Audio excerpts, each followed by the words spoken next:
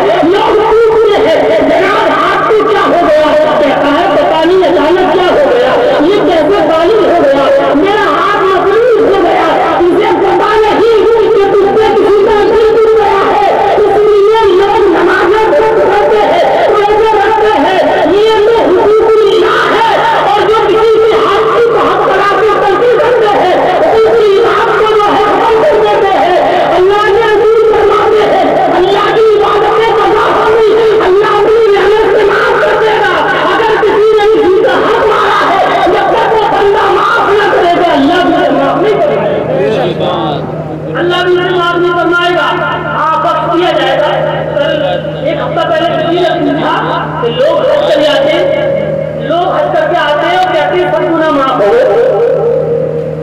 حج کرنے کے بعد حدیث کی ایمان اس بات پر، لیکن اسلام نے سمجھا کہ کسی کی بے ایمانی کر گیا، بھائی کا بھائی نے حق مان لیا اور حج کر گیا تو کیا وہ معاف ہو گیا؟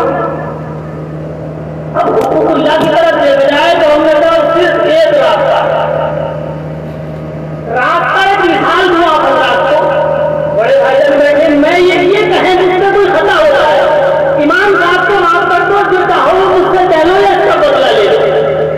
تو علماء نے یہ حدیث بات پیش کی ہے، قیامت کا دن ہوگا جب کوئی حق مانگنے والا حق مانگے گا اور جب اللہ آپ سے راضی ہو جائے گا کسی بھی نیکی پر، اللہ فرمائے گا میرے بندے اب تو اس کا حق ہے، لیکن اس کے بدلے میں اپنے رب سے کچھ چاہتا ہے۔ کون ہوگا جو اللہ سے نہ مانے؟ کون ہوگا جو اپنی بات کا انکار کرے؟ لیکن اللہ بھی فرمائے گا اس کے بدلے میں جو چاہے اس سے لے لے میرے بندے کو موت۔ یہ صورت تو ہو سکتی ہے، لیکن حق کسی کا مارا ہے تو دینا ہوگا، بھائی بھائی کہے گا، بیٹا باپ کا نافرمان ہے، یہ حق تلفی ہے تو اس کا جواب دینا ہوگا۔ کسی نے چھوٹی طاقت والے پر ظلم کیا، یہ ظلم کا بدلہ بھی دینا ہوگا۔ دنیا میں بڑی بے باکی سے گزارتے اور کہتے تھے وہ ہماری پاور کا ہے، ہمارے سامنے کوئی سکتا نہیں رہی، اللہ وہ ہے، ساری پاور اللہ